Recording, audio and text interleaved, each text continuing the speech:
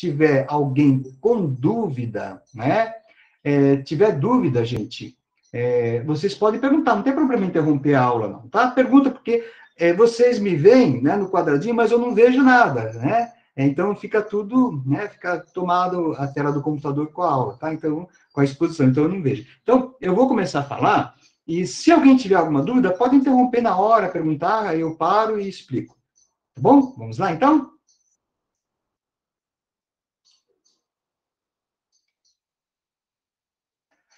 Bem, nós vamos conversar, nós vamos falar a respeito das influências da fisiologia na psicologia.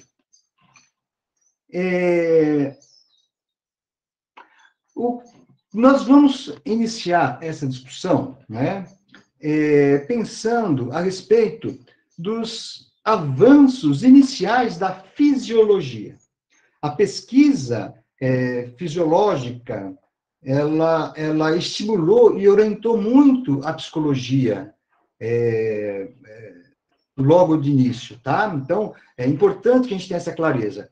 Obviamente, como nós falamos, a filosofia, ela contribuiu muito para o pensamento psicológico científico, mas a psicologia que era discutida na filosofia não era uma psicologia científica, muito embora ela tenha dado bases para isso, né?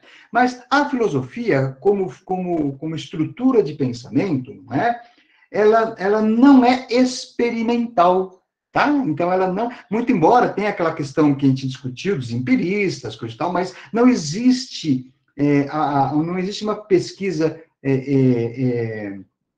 experimental, diferente da fisiologia, porque a fisiologia, ela foi avançando cada vez mais nas suas descobertas por conta das experimentações. E foi exatamente esse o grande avanço que a psicologia teve a partir dos experimentos da fisiologia, porque a fisiologia também se interessou pelo estudo da psicologia, como vocês vão ver. Não de início, claro, mas na medida que o tempo foi passando, os fisiologistas começaram a se interessar também pelo estudo da mente. E vocês vão ver como que isso foi, juntamente com o pensamento filosófico, como é que isso se juntou e acabou produzindo a psicologia científica. Então, hoje, a aula de hoje, ela aproxima mais a nossa ideia da psicologia científica que a gente conhece hoje. Bem, vamos começar, então, né, com esse autor, um fisiologista alemão, Johannes Müller, tá? Que ele era um defensor do método experimental, tá? E a partir da defesa desse método, né, a fisiologia, ela ficou conhecida como uma disciplina de experimentos. Então, o pessoal começou a avançar muito nas descobertas das funções, dos órgãos, a partir desses experimentos. Então, esse é o grande precursor dessa ideia da disciplina de experimentos, que é a fisiologia. Professor, o senhor já está colocando? Já está passando o slide? Vocês não estão vendo? Oh, meu Deus do céu. Oh, minha Nossa Senhora. Então, peraí. É verdade, ó. Vamos lá. Ainda bem que você falou.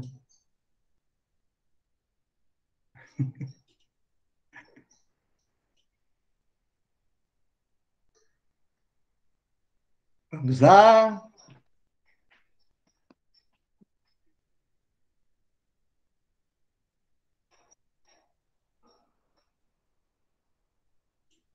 Agora vocês estão vendo? Sim, agora sim. Beleza? Então tá certo. É muito engraçado isso, gente, porque quando eu estou apresentando, eu não vejo nada do que acontece no Meet, né? Então, eu só vejo aqui a tela, né? Então, nem percebi que não estava apresentando. Mas, enfim, vamos lá. Então, o Johannes Müller, ele dizia o seguinte, né? Ele tinha uma teoria, que era a teoria da energia específica dos nervos. O que ele imaginava, né? Ele dizia que cada nervo sensorial, ele tinha uma espécie de uma energia própria. E essa teoria dele, ela acabou sendo de grande importância para que a fisiologia pudesse se aproximar da psicologia. Então, essa ideia, né, de que depois, claro, foi superado isso, né, essa era uma visão bastante primitiva, tá? Foi superado, mas, de qualquer maneira, historicamente, essa forma de se compreender a energia que existia nos nervos, né, ela acabou aproximando bastante a prática da fisiologia da psicologia, porque até então, né, pessoal, a ideia da psicologia era um campo, era uma área específica da filosofia. Bom?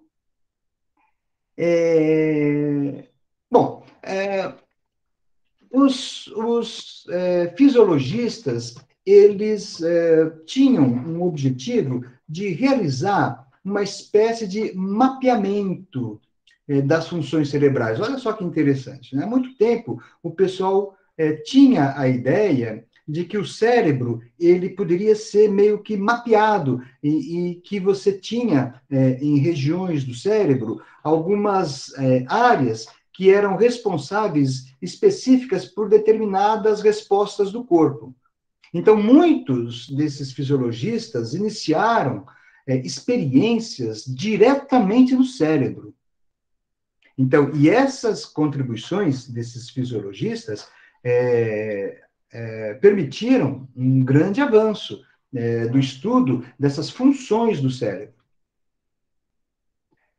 Bom, para a psicologia, né, que eu disse para vocês, a importância desses estudos não foi apenas em relação a esse mapeamento funcional do cérebro, porque, vejam, hoje em dia a gente entende, claro que não dessa maneira como era feito antigamente, mas a gente entende hoje que existem áreas do cérebro que são responsáveis por várias funções que nós temos, tá?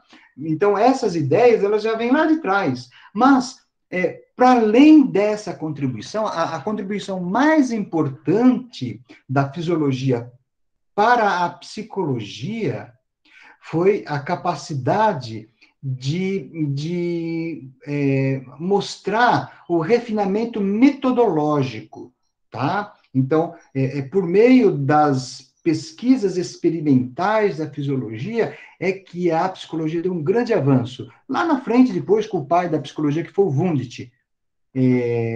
Mas a gente chega lá depois, tá? Então, mas vem daqui. Então, essa possibilidade das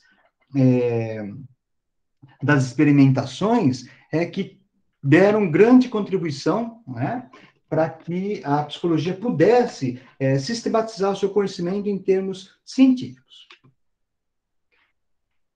Esse médico alemão, o Franz Josef Gall, ele produziu um estudo que foi bastante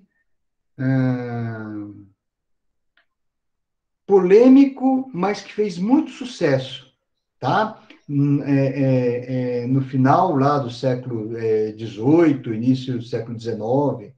Por quê? Porque ele começou a fazer um estudo da parte externa, tá? Ele estudava o crânio do indivíduo. E daí que vem, né? Você já deve ter ouvido falar da frenologia, né? Da frenologia ou da cranioscopia. Foi esse cidadão que começou a desenvolver esses estudos. Então, ele pensava mais ou menos assim, tá? Ele imaginava, né, que por meio do formato do cérebro era possível você identificar aspectos do indivíduo, aspectos de comportamento do indivíduo. Então, ele formou um movimento chamado cranioscopia, ou frenologia depois, né? E o pessoal acreditava piamente nisso, né? Então, mais ou menos, sabe o que ele fez, tá vendo? Tem esse esse busto aí, né, mostrando mais ou menos como que... Então, cada pedacinho ele imaginava que, dependendo da formação que existia no crânio da pessoa, dava para você prever comportamentos dessa pessoa, tá? Então, o que ele tinha como em mente, né? Ele queria descobrir quais eram as possibilidades de você ter informações sobre essas propriedades cerebrais. E ele fazia o quê? Ele analisava o tamanho do cérebro, do crânio, tá? Não era o cérebro, era o crânio. E ele fazia uma análise meio que indireta do cérebro do indivíduo, tá? Então, com relação ao tamanho, ele descobriu que espécies com cérebro maior costumam ser mais inteligentes do que espécies com cérebro menor. Então, isso, ele chegou nessa conclusão. Então, vejam, né? Então, olha só a relação que se faz, né? Quando você tem o crânio maior, você tem um cérebro maior, mas ele faz essa relação direta. Tem um elemento aí que não é tão verdadeiro, né? Não dá para você fazer uma relação direta, né, com o tamanho do cérebro e a inteligência. Não dá para você fazer essa relação direta. Existem outros, mas na época, né, ele acabou mostrando isso, tá? Então, isso deu para ele uma noção de que, então, se quanto maior o cérebro, mais inteligente for a pessoa, pessoas com crânio maior serão mais inteligentes. Né? Tá? E aí ele começava a medir, ele media a cabeça das pessoas. Não só ele media a cabeça, ele observava as saliências do crânio, né? Ele passava a mão aqui, e ele, a partir das coisas que ele ia vendo aqui, ele ia dando meio que um diagnóstico do cidadão. Tá? Ele afirmava que o cérebro ele seria constituído por 35 regiões. Tá? E cada uma dessas regiões dariam algum tipo de especificidade intelectual. Então, olha só, ele falava que tinha uma parte que era não só a parte intelectual, mas a questão de comportamento também. Tá? Olha só as coisas que ele falava, né? Ele falava que tinha uma parte lá que daria para você verificar a generosidade daquele indivíduo, a coragem, instintos matrimoniais, né? Olha só, né? Quer dizer, você podia saber se o camarada lá, ele tinha uma propensão para se casar ou não. Olha, né? Passando a mão no crânio. E ele fez muito sucesso, tá? E qual era a questão, né? O pessoal, por meio da frenologia, queria entender, queria descobrir um pouco, né? Como que os comportamentos das pessoas podiam ser previstos, tá? E ele dizia o seguinte, né? Então, ó, ele dividia em 35 regiões, tá? E dizia o seguinte, olha, cada região dessa, se uma região dessa tem uma protuberância maior, significa que o cérebro, naquele ponto, ele desenvolveu mais, tá? Essa é a ideia, né? Tá? Então, ele dizia que, por isso que ele procurava essas saliências, reentrâncias e proeminências, né? Então, ele dizia que o desenvolvimento de um desses comportamentos resultaria numa proeminência maior do cérebro, né? Tá? E aí o cérebro, ele iria forçar a caixa craniana naqueles pontos, e aí, dependendo... Vocês viram aqui, ó? Vocês viram aqui como era dividido? Então, dependendo da região que ele localizava, ele podia saber, né? Ele podia identificar qual era a capacidade maior daquele indivíduo, tá? Será mais generoso, mais corajoso, mais inteligente, mais audacioso, mais competente em determinadas coisas. Eram 35 regiões, tá? Então, e ele viajou vários lugares com essa... Ele tinha vários discípulos, né?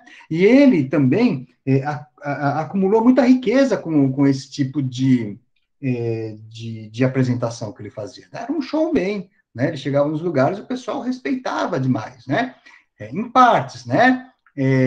Porque depois ele começou a ser chamado meio que de charlatão, tá? Então, essas fotos aqui, né, mostram mais ou menos alguns desses equipamentos que eram usados para medir, né, o crânio da pessoa, a posição, as coisas, né? Então, ele tinha um pessoal aí que realmente acreditava muito nisso, tá? Então, essa proposta, ela afirmava o quê? Que o formato do crânio de uma pessoa seria responsável por suas características emocionais e intelectuais.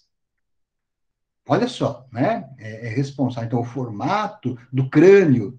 Então, ele se propõe a estudar o mapeamento externo. Por esse motivo, né? Ele começou, com o passar do tempo, né? Ele começou a ser questionado pelos cientistas. Porque o pessoal falava, olha, tá meio esquisita essa sua afirmação, essa sua maneira de compreender a relação existente entre o formato do crânio e as características individuais da pessoa em termos de emoção e de intelecto. Ele começou a ser bastante questionado. E aí vocês sabem como que funciona a ciência. Quando você tem uma pessoa que faz uma afirmação, coisa e tal, e você tem então você tem um conjunto de pessoas que defendem aquela ideia, mas você sempre vai ter um conjunto de pessoas que defendem uma ideia em oposição a essa ideia. Então o pessoal começa a pesquisar, começa a investigar, tá? Então, a crítica, o teórico mais crítico que tinha, né, em relação à frenologia, tá, ou à cranioscopia, foi um francês chamado Pierre Flourens, que ele usava, não é, um método que ficou conhecido por extirpação, que eu vou explicar para vocês como que funciona esse método aí, tá? E ele, por meio desse método, né, ele conseguiu mostrar, ele conseguiu comprovar que o formato do crânio não correspondia com os contornos do tecido cerebral que fica por baixo, tá? Então, porque a ideia do Gall é que existia uma relação direta entre a forma do crânio e o formato do tecido cerebral, que fica embaixo, subjacente, né? E aí, o Flourens, ele mostrou que não, falou, não, isso não é bem assim, não. E ele usou um método também bastante controverso, né, que é esse da extirpação, tá? Para mostrar o quanto que essa relação não era verdadeira, tá? Antes do Flourens, né, tinha um outro médico escocês, que ele começa a desenvolver uma investigação dos comportamentos dos animais, né, tentando entender um pouco o funcionamento do reflexo. E olha só, né?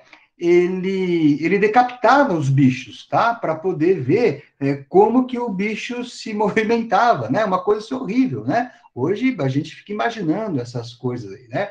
Então ele observava, né? Que animais que eram decapitados, eles continuavam a se movimentar por um tempo, né? Com estímulo das terminações nervosas. Então, ele começa a fazer o estudo por meio disso. E os experimentos do Hall fizeram com que ele concluísse que os diversos níveis de comportamento possuíam origem em diferentes partes do cérebro e do sistema nervoso. Tá? Então, enquanto o Hall estava fazendo essas descobertas, a gente tinha o Gall, não é? Também trabalhando naquela perspectiva da cranioscopia, da frenologia, tá? Então, ao mesmo tempo que você tinha, tá? Veja, mais ou menos o mesmo período, tá? Final do século XVIII, início do século XIX, o Gall um pouquinho antes, tá? Mas também pega meio que esse período. Então, eles estavam trabalhando em conjunto. Então, ao mesmo tempo que o Gall ele fazia um mapeamento externo, né? O Hall ele procurava identificar essas evidências por meio dessas pesquisas bastante controversas. E não é só hoje não, viu, pessoal? Na época, o pessoal não via com bons olhos esse tipo de pesquisa, tá? Mas o pessoal fazia, né? O pessoal fazia, né? Então, assim, por conta dessas pesquisas do Hall, que nós tivemos o Pierre Flourens, né? Que foi aquele que fez uma contraposição severa às ideias do Gall, também, né, com animais vivos. Ele geralmente usava pombos e coelhos, tá? Então, ele fazia o quê, né? Ele destruía partes do cérebro desses animais para ver qual era a reação que tinha no corpo, tá? Ele pegava lá o bichinho, ia lá, fazia uma cirurgia, tirava um pedaço do cérebro de um pombo, de um coelho, e via, então, quando eu tiro uma parte desse pombo aqui do cérebro, o pombo não mexe essa asa, ele começou a fazer essas coisas assim, né? Começou a fazer pesquisas com animais vivos, tá? E ele observava, né, o efeito na motricidade, na sensibilidade, o quanto que, retirando partes, né, do cérebro, o quanto que esse animal ele deixava de ter sensibilidade, o quanto que ele tinha determinados comportamentos, tá? Qual era a intenção dele? Né? A intenção dele era exatamente investigar essas diferentes partes do cérebro, né, e as funções dessas partes do cérebro, tá? Então, esse era o grande objetivo que ele tinha, né, fazer essa investigação, tá? E aí, o que ele conclui? Né? Ele vai concluir que o cérebro controlava os processos mentais mais elevados. Então, os reflexos visuais, os reflexos auditivos, tá? E a medula espinal, né? O batimento cardíaco, a respiração e outras funções vitais. Então, por meio dos experimentos que ele fazia, né? Ele tinha um pouco essa ideia. Então, ele fazia uma diferenciação. Ele dizia, olha, não é o cérebro que controla tudo, tá? Então, a medula espinhal, ela vai também funcionar. Mais tarde, essa teoria foi modificada, obviamente, tá?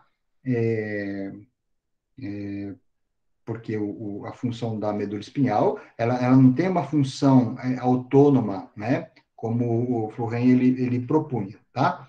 Ela tem uma ligação cerebral, enfim, tá?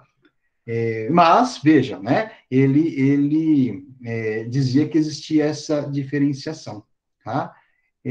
Então, ao mesmo tempo, né, que o cérebro controlava, ele ia controlar funções, processos mentais mais elevados, a medula, ela iria controlar aquela coisa mais, que a gente pode dizer, mais mecânica, né, aquela função vital mais mecânica mesmo. E a partir dessa descoberta do Hall e do Flourens, se criou o método que ficou conhecido como método de extirpação, que seria exatamente isso que eu disse a vocês. Você vai retirar partes, ou vai destruir partes do cérebro desse animal, para ver o que isso resulta no comportamento dele. Como que isso vai se dar, né? Então, cada vez que você... então, ele foi vendo várias partes, enfim, né? E vendo de que maneira que o animal ele se comportava quando tinha aquela parte do cérebro destruído, tá? Muito embora isso possa parecer algo, assim, bastante chocante, né? E que chocava também a época, o Flourens, ele foi um dos precursores de uma forma mais ética de lidar com isso, né? Então, ele criou lá um tratado, né, com pontos que diziam, que limitavam esse tipo de experiência. Né? Então, por exemplo, um dos pontos desse tratado diz o seguinte, olha, você só pode realizar o processo de extirpação se não houver qualquer outra forma de você chegar à sua conclusão, tá? Então, ele também teve, né, essa sacada aí, né, de poder tentar fazer... a ideia da parcimônia, né, parcimônia na ciência, tá? De você fazer o mínimo necessário para obter o máximo possível, tá? Então, a ideia sempre é essa aí, bom? E aí vem um outro autor, tá? Que era o Paul Broca. Esse estudioso, ele contribuiu muito, né? E foi um grande avanço que ele trouxe para os estudos da fisiologia. Por quê? Porque ele vai desenvolver um método que ficou conhecido como um método clínico de investigação. E aí ele vai trabalhar com seres humanos, mas calma, né? Não é da mesma maneira que o Fluren lá e o Hall faziam, né? Com a extirpação, tá? Ele estudava cadáveres, né? Então, pessoas que tinham alguma dificuldade. Então, se a pessoa, vamos supor que ela tivesse alguma situação complicada, motora, algum tipo de deficiência. Então, o que ele fazia, né? Quando essa pessoa morria, né? Ele ia lá e tentava identificar lesões no cérebro. Então, ele estudava pós-mortem, né? Então, era um método, né? Era uma forma de você compreender no ser humano aqueles estudos que tinham sido desenvolvidos pela extirpação. Só que no ser humano isso não se fazia, tá? O que se fazia era estudar aquelas pessoas que haviam morrido e que tinham algum tipo de forma diferente, alguma deficiência, alguma doença, enfim, tá? E aí, então, ele ia lá e tentava identificar esse diferencial que existia no cérebro dessa pessoa, ok? Então, essa é a definição do tal do método clínico, tá? Então, o método clínico, que é diferente da extirpação, tá? O método clínico, veja, é um exame pós-morte das estruturas do cérebro para detectar áreas lesionadas e responsável pelo comportamento do indivíduo antes da sua morte, através da autópsia, e que foi desenvolvido aí em meados do século XIX. Tá bom? Então, a partir dessa... E, claro, né? Ele já tinha alguns conhecimentos, né, que tinham sido obtidos por meio da extirpação, e ele já ia lá para o cérebro com essas premissas, tá? Mas ele conseguia fazer essa relação daquilo que ele via de avanço com os estudos com os animais vivos, né? E aí, então, ele fazia meio que ele relacionava, né, fazia uma analogia com o cérebro humano e tentava identificar essas regiões, essas diferenças que compunham o cérebro do indivíduo. E foi por meio desses estudos que o Gall foi esquecido, né? E foi esquecido no sentido de foi vencida a ideia da frenologia, tá? Que é uma área bastante perigosa, inclusive, né? Porque você pode gerar situações de preconceito, né?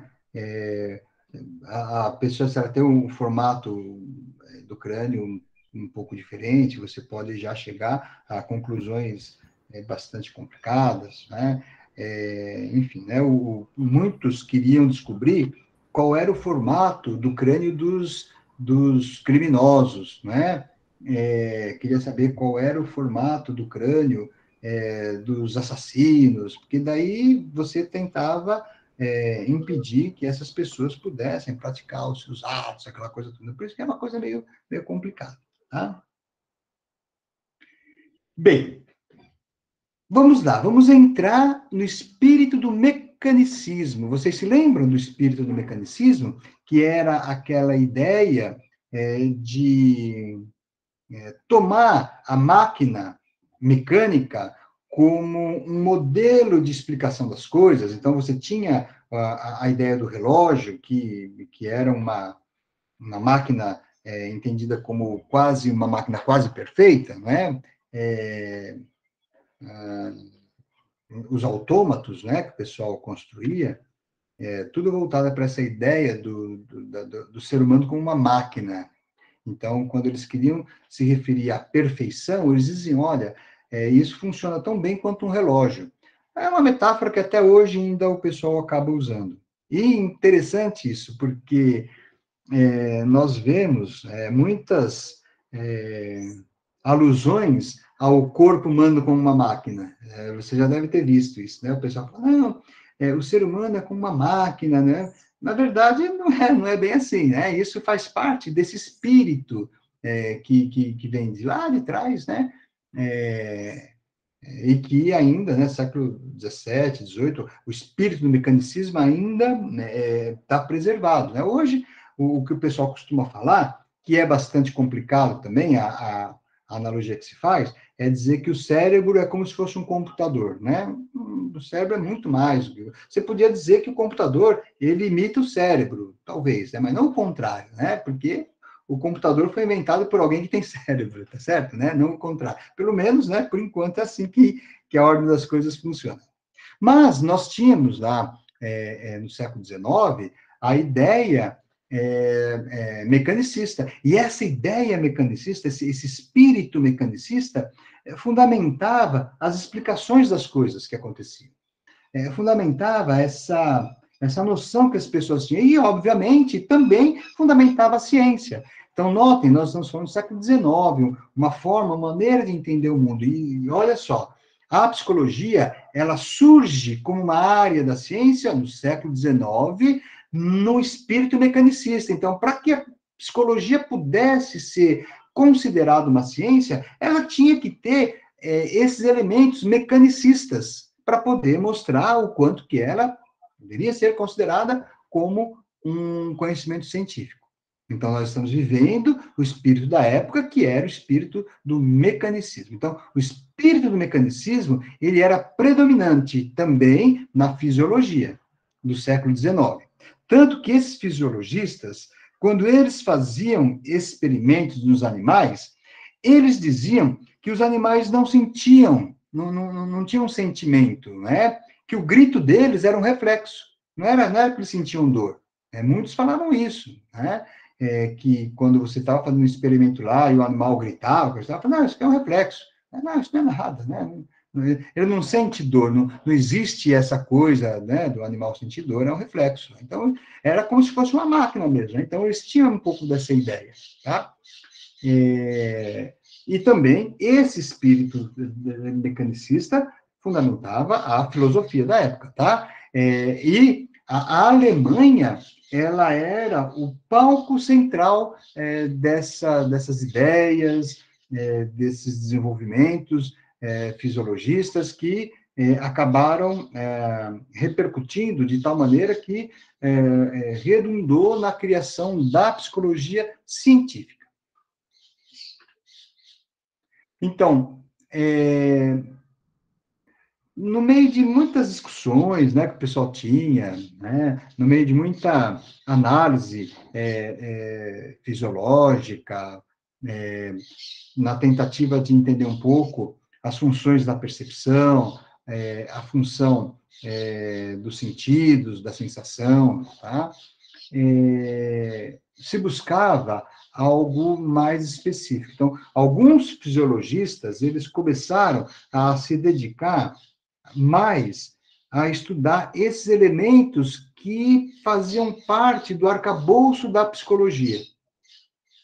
E isso, pessoal, que é importante, tá? Então, olha só, os fatores que surgem, o modelo mecanicista, a filosofia que busca um entendimento da psicologia como área específica de conhecimento, e o interesse dos fisiologistas que trazem para a discussão, trazem para a investigação o método que eles tinham desenvolvido, o método da experimentação.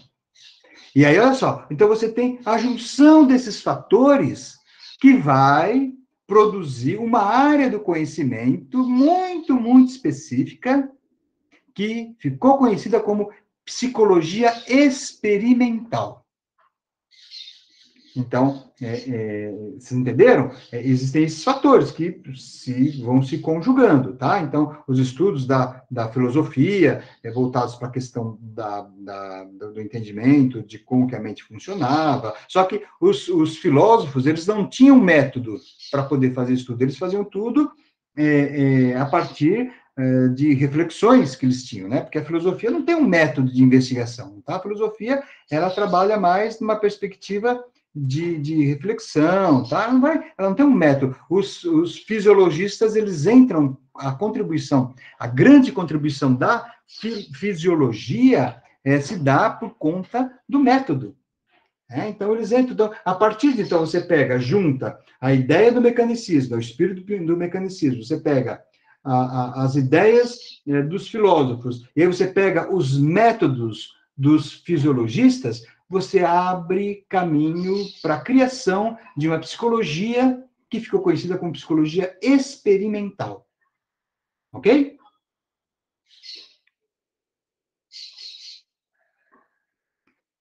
E aí, nós vamos entender o seguinte, né? É que as primeiras aplicações desse método experimental, né,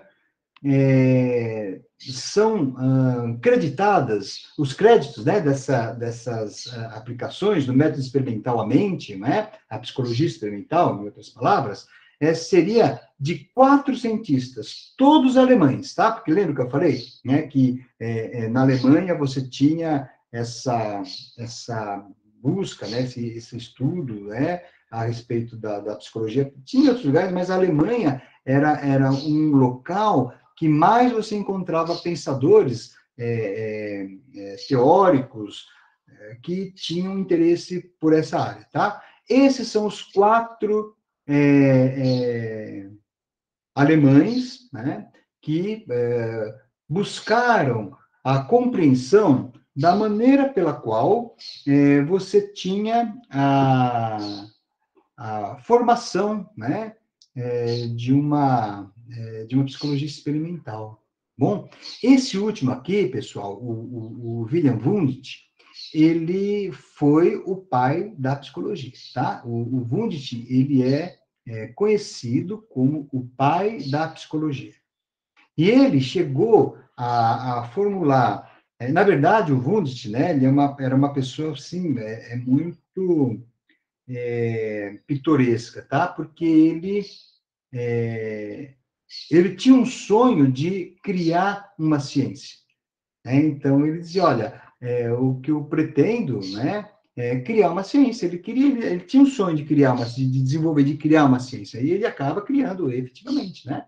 Ele acaba criando a psicologia, tá? Então, o Wundt, ele é um desses 4, né? O autor que vai por meio das discussões, das descobertas que foram sendo feitas pelo Helmholtz, pelo Weber e pelo Fechter, que ele vai, né, a partir desse conjunto aí de estudos, descobertas, né, ele vai criar a psicologia científica, tá? Então, ele desenvolve, ele cria o primeiro laboratório de psicologia experimental, né, na Alemanha, em Leibniz, né? Ele cria, e durante muito tempo, pessoal, muito tempo mesmo, a Alemanha era o centro da psicologia científica. Então, qualquer pessoa que quisesse estudar psicologia tinha que necessariamente ir para a Alemanha. Depois isso foi modificado. Um dos grandes discípulos do Wundt, que é o Titchener, que nós vamos falar dele também, ele era inglês, tá? O Titchener era inglês. Ele foi estudar psicologia na Alemanha, foi o discípulo do Wundt. Tem uma parte no livro que trata, né, da impressão do Titchener a respeito do Wundt, porque o Wundt foi professor dele, né? E que depois eu vou ler para vocês, né? Uma coisa assim fantástica, né? Uma visão fantástica do Wundt escrita, né? Estava nas anotações do Titchener, né? Fantástico, né? Para vocês até terem uma ideia de como que era um professor na Alemanha, século XIX, né? Um professor universitário, tá? Não tem nada a ver com o professor que vocês conhecem hoje. Era uma coisa muito diferente, tá? Depois eu vou ler esse trecho para vocês verem como que é bacana, né? Essa construção, essa imagem, né? Que o Titchener tem dele, tá? Então, só que o Wundt, então, ele vai desenvolver as suas pesquisas e que vai fundar a psicologia científica, né, com base na ciência do século XIX, que era uma ciência positivista.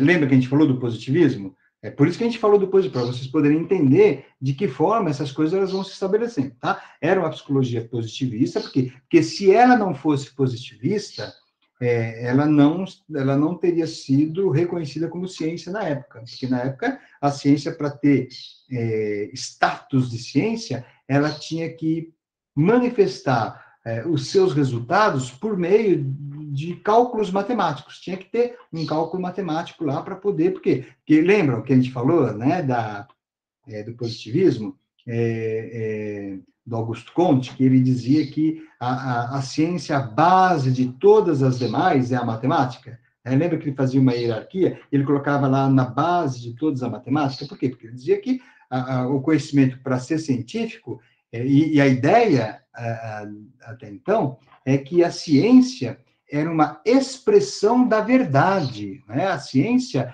significava verdade. Hoje nós não entendemos assim, tá? Hoje a ciência, ela tem uma outra maneira de compreender as coisas, tá? Tanto que, notem bem, na atualidade, nós não falamos de comprovação científica, nós falamos o quê? Nós falamos de evidências científicas.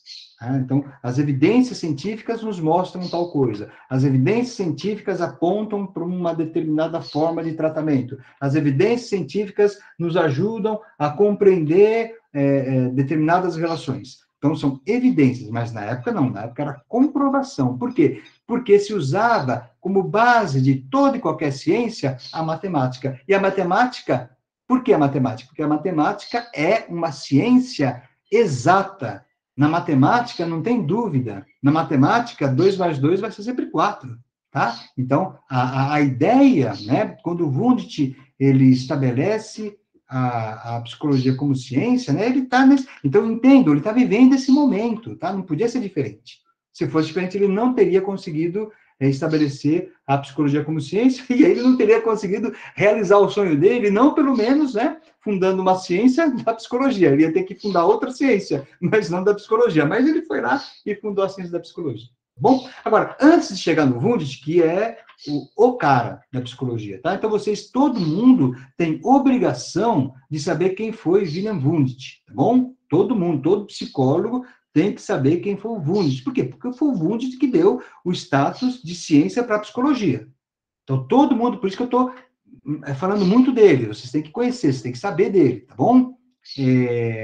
Coloca o nome do Wundt no despertador, no celular, né, despertador, não, eu denunciando meia-idade, né, quem que tem despertador hoje, né, coloca o nome dele, pega a foto dele, o Wundt, né, e coloca lá do lado da sua cama, tá, quando você acorda de manhã, aí você olha para o Wundt e fala, esse é o pai da psicologia, quando você vai deitar, você diz, boa noite, Wilhelm Wundt, né, tá certo? O pai da psicologia, para vocês não esquecerem, tá bom, gente? Não pode pagar o mico de não saber quem foi Wilhelm Wundt, tá bom? Agora, antes da gente conhecer o legado do Wundt, vamos falar um pouco desses outros autores, tá? Que foram muito importantes, inclusive o Titchener, que foi discípulo do Wundt, tá? O Titchener não está aqui porque ele foi fantástico, ele criou uma escola de psicologia, né? A escola de psicologia estrutural. Mas ele não está aqui por quê? Porque nós estamos falando dos primórdios, foram o pessoal que deu o pontapé na psicologia experimental, tá? Então, por isso que o Titchener não está aqui. Ele vai ser trabalhado numa outra questão, vai ser trabalhado nas escolas da psicologia científica, tá? As escolas mais iniciais, tá? Que é a escola estrutural, a escola funcionalista, tá? Mas, enfim, né? O Titchener, que foi um discípulo fidelíssimo do Wundt, né?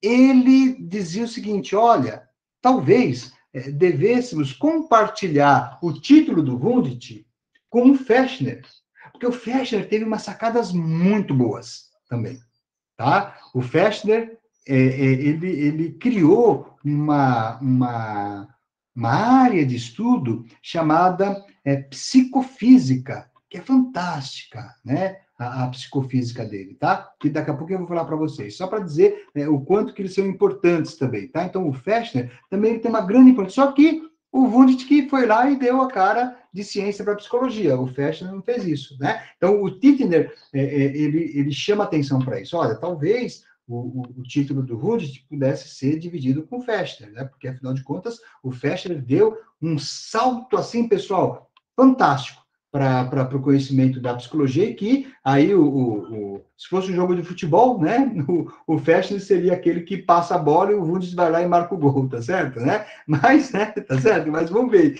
Então, e o Weber e o Helmholtz também deram grandes contribuições, tá? Então, antes de chegar no Wundt, vamos falar um pouco desses outros autores, que não são autores que vocês vão ouvir com muita frequência, tá? Só se vocês forem fazer um estudo mais aprofundado a respeito desses primórdios, né, da psicologia experimental, diferente do Wundt, tá? O Wundt, ele está sempre sendo... O Fechner também, a gente ouve bastante falar dele, tá? Mas o Helmholtz e o Weber é menos, né? Não que sejam menos importantes, tá? Mas é por conta, né, daquela coisa do auge, né? Do Wundt chega lá e bateu o martelo, ó, está fundada a ciência da psicologia. Então, vamos falar um pouquinho desses outros autores, tá bom? Antes da gente avançar aí para o entendimento do Wundt, tá bom? Alguém quer perguntar alguma coisa? Posso avançar? Ok? Porque eu não vejo o chat, tá, gente? Por isso que eu pergunto, tá? Não estou vendo nada, então, se alguém tem alguma coisa aí, me fala, por favor, que eu não estou vendo nada, tá certo? Vamos lá, então, pessoal. Vamos falar do nosso amigo Hermann Helmholtz. Então, notem, né, que ele vive no século XIX.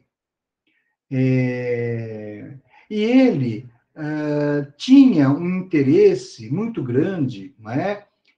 Com relação à velocidade do impulso neural. Veja, essa contribuição vai repercutir lá nos trabalhos do Wundt depois. Então, ele desenvolvia a sua pesquisa tentando identificar a velocidade das informações que eram transmitidas pelo sistema neural. A velocidade, né, desse impulso. Ele queria saber o quanto tempo isso demorava para acontecer. Então, e vejam, é uma pesquisa bastante... como que eu podia dizer, ela é bastante atrevida, né, para a época, tá? Porque não tínhamos tantos recursos que nós temos hoje, tá? Então, qual que foi a grande contribuição dele? A grande contribuição do Helmholtz foi mostrar, né, que a velocidade de condução não era instantânea, tá? Então, não era uma coisa assim, pá, e sente, né? Tá? Então, ele diz o seguinte, né? A hipótese que ele formula é que o pensamento e o movimento seguem um ao outro em intervalo mensurável e não acontece de maneira simultânea. Olha só que interessante, tá? Então, o pensamento e o movimento, né? Então, pensar e fazer, sabe? A ideia de você... Quando você pensa, você... Não, ele dizia o seguinte, né? Que existia um tempo, né, para que essa informação pudesse percorrer o sistema neural até que o movimento pudesse ocorrer. E não, como na época se pensava, que era algo simultâneo, tá? Então, ó, pensei em pegar esse grampeador, fui lá e peguei, tá? Peguei. Aí eu vou deixar aqui. Então, ó, eu estou usando pensamento e movimento, só que ele vai dizer que aparentemente, as coisas acontecem de forma simultânea, mas não é bem assim, né? Então, ele foi mostrar, por meio dos experimentos dele, que havia, sim, né, um intervalo, tá, entre o pensamento e a ação motora. Vejam o que eu estou dizendo. E essa é uma das grandes hipóteses, né, que ajudou o Wundt a formular a psicologia científica. Bom?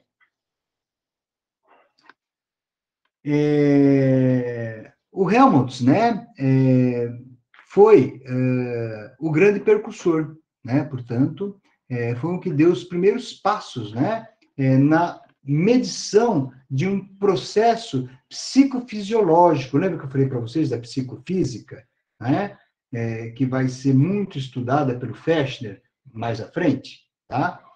Mas, vejam, ele foi um dos precursores, né, desse estudo da psicofísica. Depois vou dizer com detalhes para vocês o que é essa tal de psicofísica, tá? Então, mas ela foi graças, né, a essas experiências, né, que o Helmholtz fez, ok? Na sequência, né, dessas descobertas, né, nós temos o Weber, né, o Ernest Weber, tá? Que ele traz uma descoberta fantástica, pessoal. A contribuição do Weber foi fantástica, foi fundamental. E dá para vocês reproduzirem em si próprios, tá certo? Dá para você fazer essa experiência em você mesmo, quer ver? Deixa eu ver aqui se eu tenho... Vocês precisam de 2 canetas, tá? Aqui. Ó, vocês precisam de 2 canetas para reproduzir a experiência do Weber, né? Ele tinha a ideia, né, a experiência dele mostrava, né, que existia um erro de interpretação da sua sensibilidade. Então, qual que era qual que foi a grande contribuição? Ele pegava um compasso, né? Ele abria o compasso assim, tá? E falava para o camarada esticar o braço. Aí esticava e ele falava: quantos pontos você sente aqui, ó? Tá vendo, ó? Ele fazia assim, tá? Quantos pontos você sente aqui? Aí a pessoa falava: 2. Aí o que ele fazia? Ele fechava um pouquinho o compasso. Aí ia lá. Quantos pontos você sente? E a pessoa estava com os olhos vendados. 2 pontos. Tá. Aí ele ia fechando, fechando, fechando. Chegava um momento que quando ele tocava o braço, a pessoa não percebia 2 pontos. Muito embora existissem 2 pontos tocando a pele, a pessoa não sentia um ponto só. Olha só que interessante, né? Então, quando ele colocava assim, a pessoa falava, tem um ponto só, porque ela não estava vendo, né? Ela estava só sentindo, né? Colocava no braço aqui assim, né? E a pessoa, é um ponto só, tá? É um ponto só. Ou seja, olha só que interessante, né? Ele abre a possibilidade, junto com as descobertas do Helmholtz, né? Ele abre a possibilidade de a gente poder entender que nem tudo que a gente percebe é exatamente o que acontece. Olha só que interessante, né? 2 pontos, e ele, claro, ele ia fazendo isso, né? Ia medindo, abria bem o compasso, ia medindo, medindo, medindo, até chegar num ponto, né? Que a pessoa ela não percebia que eram 2 pontos que estavam sendo tocados no seu braço, tá? Então, uma contribuição importante refere-se à determinação experimental exata da distinção entre 2 pontos na pele. Tá? Então, o intervalo de tempo da distância entre os 2 pontos antes do indivíduo experimentar as 2 sensações distintas. Olha só que interessante, né? Isso é importante, tá? Bom, na verdade, né? Essa coisa da percepção nos enganar já é antiga, tá? O Descartes ele já falava que nós não podemos confiar na percepção. Por isso que ele defendeu, por isso que ele criou o método, né? O discurso do método. Tinha a ver com isso, para dizer o seguinte, olha, você não pode acreditar na percepção. As coisas que você percebe, a percepção não te dá a noção de realidade. E aí ele usava até como exemplo o Sol, né? O Sol, a Lua, ele falava, olha, você olha para a Lua, para o Sol, você vê desse tamanhozinho assim, ó, né? Mas sabemos que ele é muito maior do que isso. E aí ele completava: se a percepção te enganou uma vez, quem vai me garantir que ela não vai me enganar de novo? Então, não podemos acreditar naquilo que percebemos. Ah, olha só que interessante, mas isso é filosofia, tá? Aí, o Weber, ele vai, dentro da sua prática experimental, ele cria, por meio de um método, uma maneira, e na época era assim que se chamava, tá? Uma maneira de se comprovar esse erro que existe na percepção. Ele comprova e ele mede. Por quê? Porque ele fazia milhares desses experimentos e ele ia medindo, né? Qual é a distância que a pessoa sente. Aí, ou seja, por quê? Porque a ciência exigia que você pudesse reproduzir em números a verdade que você estava se propondo a defender. Por isso que o Helmholtz vai falar de velocidade. Veja, a velocidade, né, do impulso neural também é traduzida em números, tá? A distância entre os dois pontos, né, do Weber na pele também é traduzida em números, tá vendo? Olha só que coisa interessante, tá? Então, que eu falo para vocês, sempre pensando no espírito mecanicista da época, sempre pensando nas fundamentações da ciência da época, isso tudo que vai nos ajudar a entender como que funcionava a ideia desse pessoal. Agora, de qualquer maneira, pessoal, essa sacada é muito boa, tá? Deu um grande avanço, foi importantíssima, tá? Para a gente poder desenvolver a psicologia como ciência, ok? E aí, olha só, né? Ele vai criar alguns conceitos, tá? Ele cria o conceito de limiar de dois pontos, tá? O que seria esse limiar de dois pontos? O limiar em que é possível distinguir dois pontos de estímulos, tá? Ou seja, qual é a distância que eu tenho, tá? Que vai me garantir que eu sinto que são dois pontos. Porque você começa aberto o compasso, aí você vai fechando, fechando, fechando, aí chega uma hora que você fala, não, é um ponto só, mas não é um ponto só, é dois, tá? São dois pontos. Então tá. Aí vamos fazer de novo a experiência, vem outra pessoa. Aí vai abrindo, vai indo lá. Então ele vai medindo, sei lá, vamos supor que fosse 10 milímetros, vamos supor, tá? Porque não era isso aqui, eram pontinhas mais finas, tá? Então, então chega, vai, então tá, então aqui deu 10 milímetros, vai medir outro, aqui deu 11 milímetros, isso aqui deu 10,5, isso aqui deu 9. Então ele vai vendo, vai fazendo, então ele vai chegar à conclusão em que existe, né, um limiar em que esses pontos são possíveis de serem distintos, tá? Tudo bem? Então, esse seria o limiar, em que é possível a pessoa... então, a partir daquilo, a pessoa não sente mais. Sempre que chegar naquele ponto, ela vai sentir esses dois pontos. Tudo bem? Ficou claro? Né?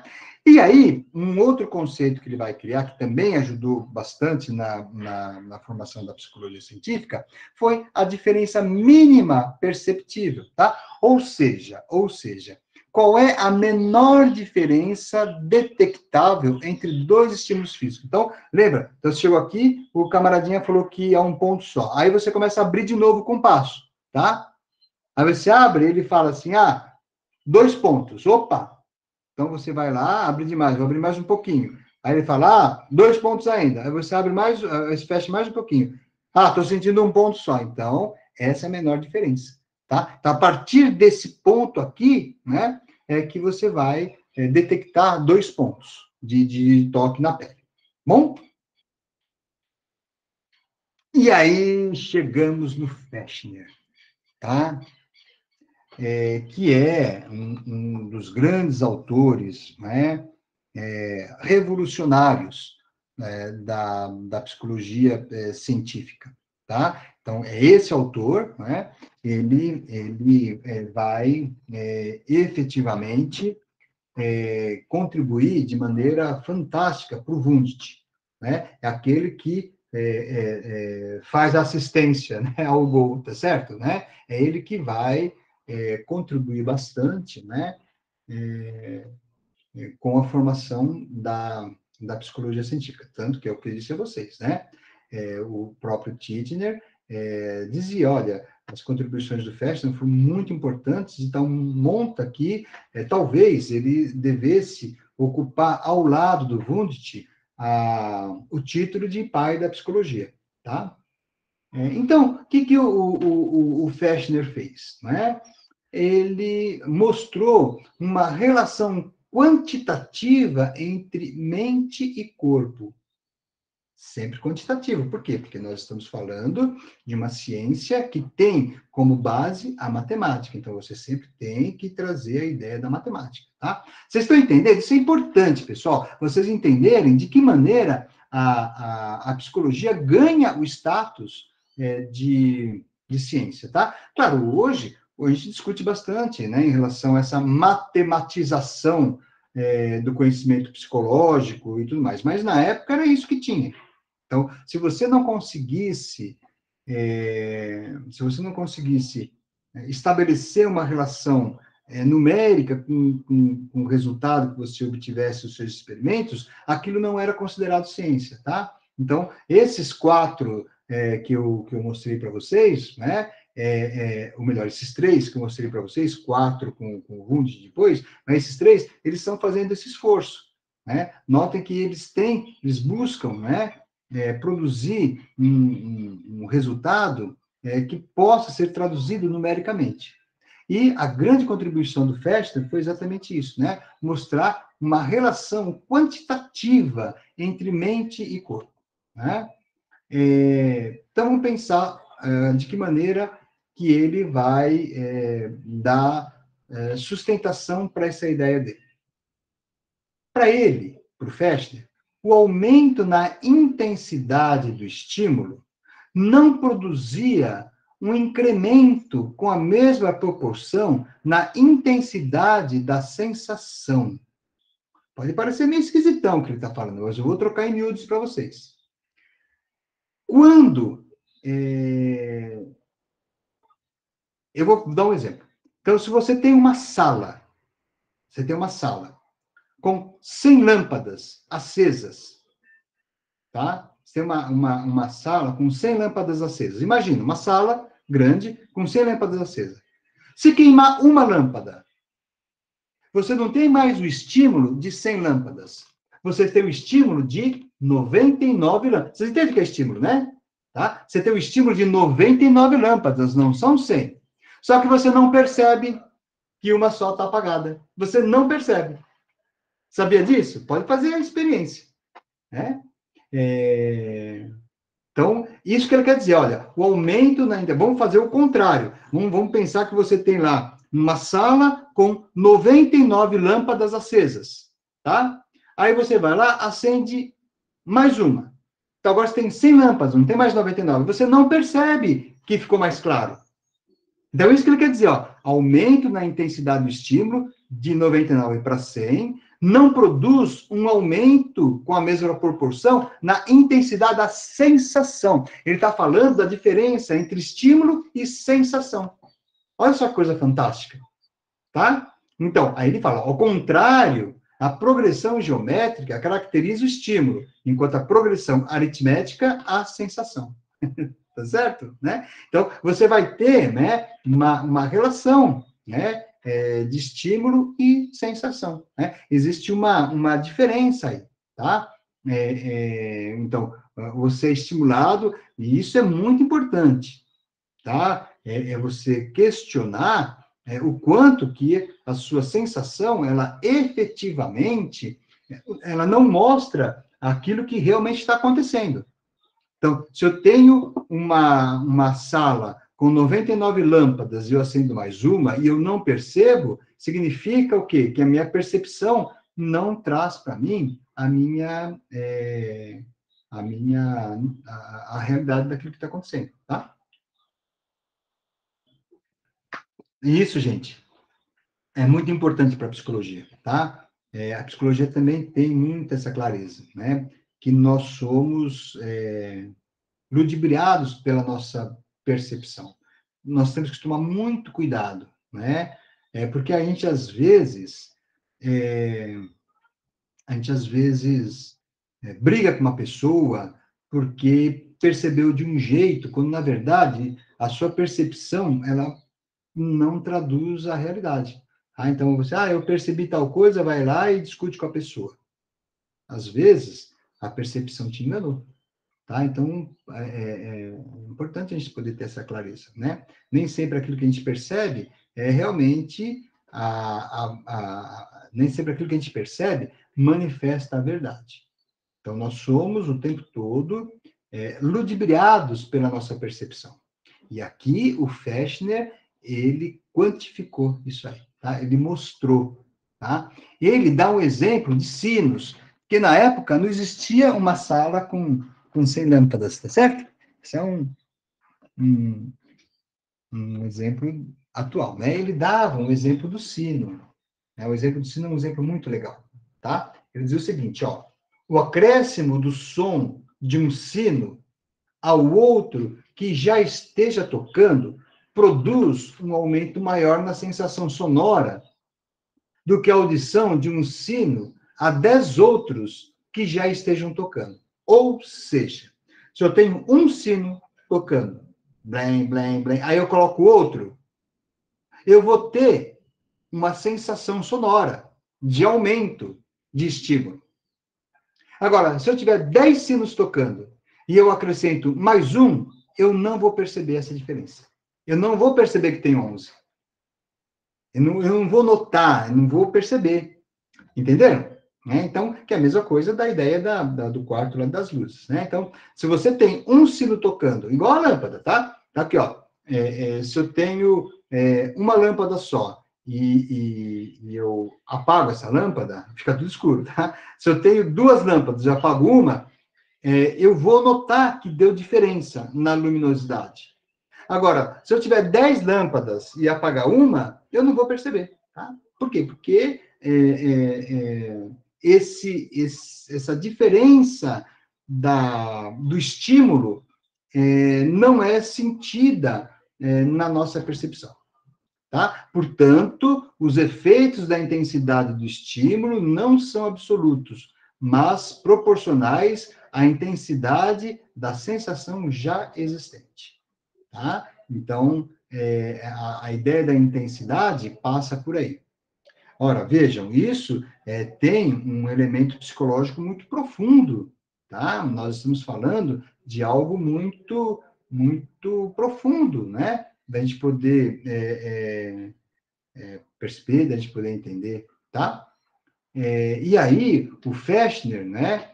Ele vai apresentar duas propostas para você poder medir as sensações, tá vendo? Ó, de novo, né? Ele está traduzindo os resultados das pesquisas dele em expressão matemática, exprimindo por meio da matemática, tá? Então, ele apresenta duas propostas para medir essa sensação. Primeiro, né? Ele fala o seguinte, ó, nós vamos determinar se o estímulo está presente ou ausente, se foi sentido ou não. Segundo, nós vamos medir a intensidade do estímulo, na qual as pessoas relatam a primeira sensação, ou seja, o limiar absoluto da sensibilidade, que é o ponto de intensidade abaixo do qual a sensação não é percebida e acima do qual é sentida. Vocês pode ser que não entenderam nada do que eu acabei de ler aqui, tá certo? Eu vou explicar para vocês como é que ele chega nisso aí, tá bom? Vamos lá. Afinal de contas, estamos falando de psicologia experimental. Vamos pensar em experiência, experimento, tá? São coisas que vocês podem fazer em casa também, né? Tá? Dá para fazer em casa. Olha só, vamos supor aqui, ó. Deixa eu ver aqui, ó. Ó, tá vendo? Ó, uma caixinha vazia, tá? Não tem nada aqui dentro, tá? Então, a ideia era mais ou menos essa, ó. Vamos supor que você coloque essa caixinha aqui sobre a sua mão, tá certo? Tá bom? Você colocou a caixinha aqui e você teve uma sensação, tá? Ok? Aí, eu vou colocar um clips. Você sentiu a diferença do peso? Não. Vou colocar mais um. Sentiu a diferença do peso? Não. Vou colocar mais um. Sentiu? Não, colocar mais um. Sentiu? Não, colocar mais um. Colocar vários. Opa, senti. Sentiu? Senti. Bom, então o estímulo está presente. Tá certo?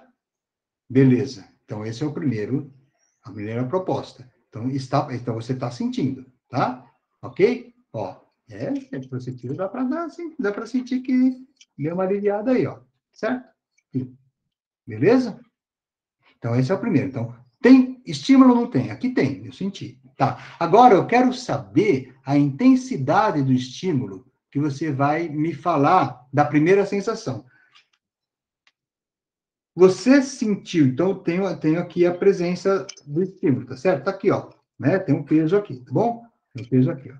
Pode fazer com areia aí, que é mais fácil, tá?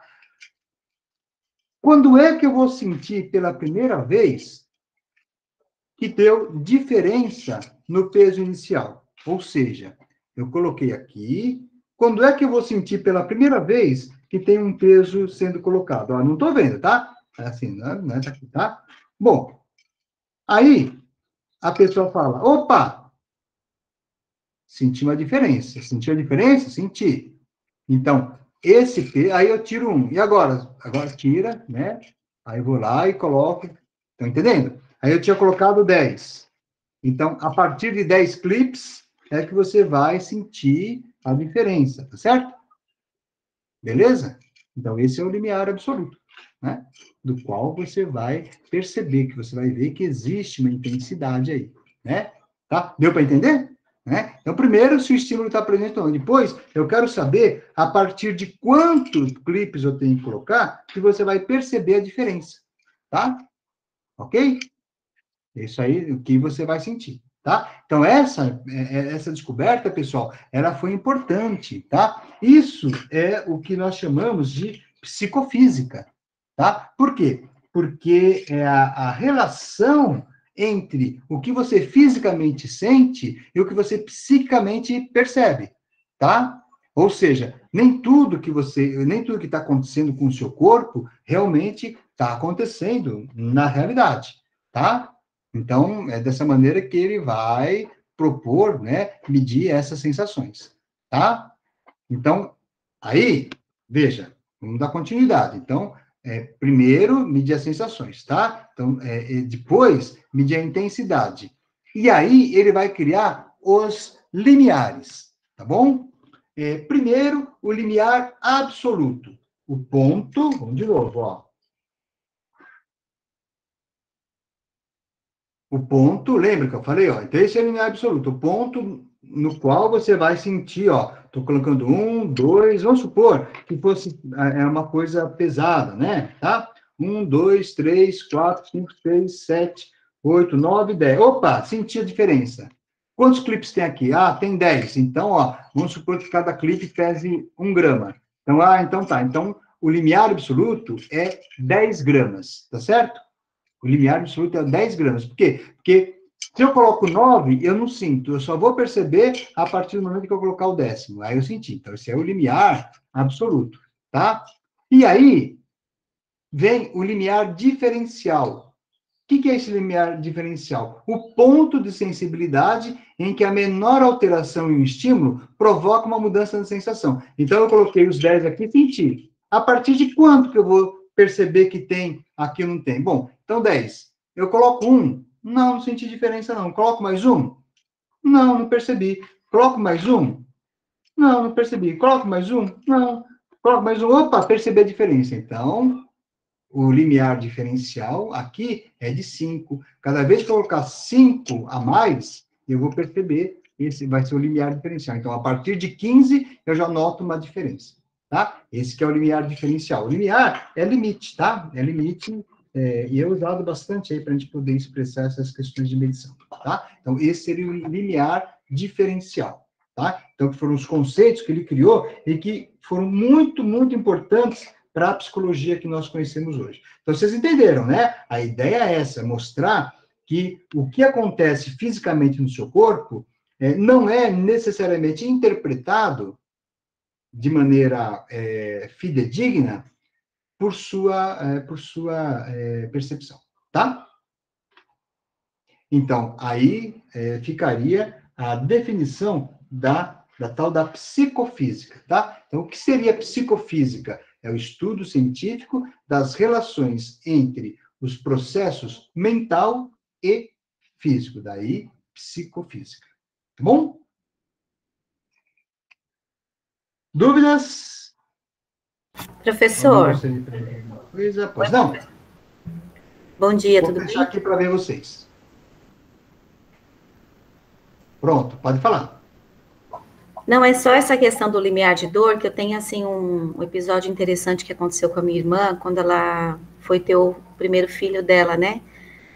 O médico anestesiou com a pele dural, que era um parto cesárea, e ele estava meio sem paciência de esperar, porque essa anestesia demora um pouco mais do que a RAC para fazer efeito, né? E aí eu acredito que ele utilizou esse limiar de dor, porque na ocasião ele usou uma pinça para beliscar a virilha dela e embaixo e na axila. E aí ele perguntou aonde que doía mais, né? E na verdade ela falou que era na axila, e aí ele levou em consideração que ela estava anestesiada e psicologicamente ela estava achando que estava com dor, mas aí quando ele cortou o músculo da barriga, ela convulsionou, ela não estava anestesiada. Olha Nossa. que foi meio que uma tragédia assim que aconteceu. Nossa, que tristeza, hein? E aí É teve que mesmo, dar né? geral, comprometeu, né? Meu sobrinho nasceu com 3 paradas cardiorrespiratórias. Eu Nossa, achei que interessante difícil, hein? pontuar isso, porque olha como que a mente engana no momento da tensão ali, né? Ou seja, Isso ele mesmo, usou né? esse limiar de dor, mas ela não estava anestesiada. Isso, exatamente. Não tinha feito efeito ainda, né? Não tinha produzido efeito ainda. É isso mesmo. Então, essa noção é muito importante para a gente poder entender essa relação. E para a psicologia, isso é fundamental. Você ter essa clareza de que você acaba sendo efetivamente ludibriado pela percepção. Um exemplo disso são as impressões diferentes que você tem das coisas, né? Tá certo? As ilusões, às vezes você tem uma ilusão que você acha que é uma coisa e é outra, não é? Às vezes você está andando assim, você vê um saco de lixo no chão, você pensa que é um cachorro, você olha para, não, não é um cachorro, né? E dependendo do seu estado emocional, você vê uma coisa, vê outra, tá? É isso mesmo, o exemplo que você usa é bastante interessante, tá? E mais? Alguém mais tem alguma dúvida? Não é bacana isso? Semana que vem que eu vou falar do Wundt, tá bom? Mas é muito legal, né? A gente começa a perceber uma vinculação, né, específica, tá? Com a psicologia que nós conhecemos hoje, né? Alguém tem dúvida?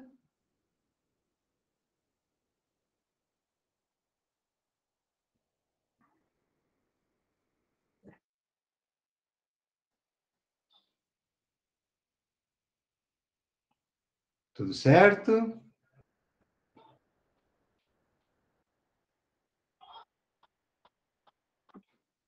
Ok, então, beleza. Então, na semana que vem, eu não vou começar a falar do Wundt agora, porque é, tem muita coisa, né?